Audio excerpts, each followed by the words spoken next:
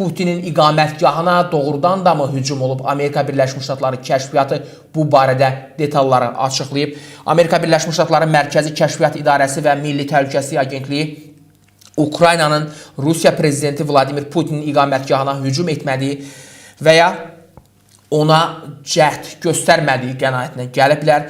Bu barədə ABŞ mediası rəsmilərə istinadla məlumatlar da paylaşıb. Bildirilib ki, Mərkəzi Kəşfiyyat İdarəsinin direktoru John Ratcliffe müvafiq qiymətləndirməni 31 dekabr 2025-ci il tarixində ABŞ prezidenti Donald Trumpa təqdim edib. Bu qiymətləndirməyə əsasən Ukrayna tərəfinin hərəkətləri Novgorod vilayətində yerləşən, lakin Putinin iqamətgahının yaxınlığında olmayan hərbi obyektə qarşı yönəlib. Qeyd edək ki, Rusiya Ukraynanın dekabrın 29-una keçən gecə prezident Vladimir Putinin Novgorod vilayətindəki iqamətgahına 91 ədəd PUA-yla hücum etdiyini bildirib.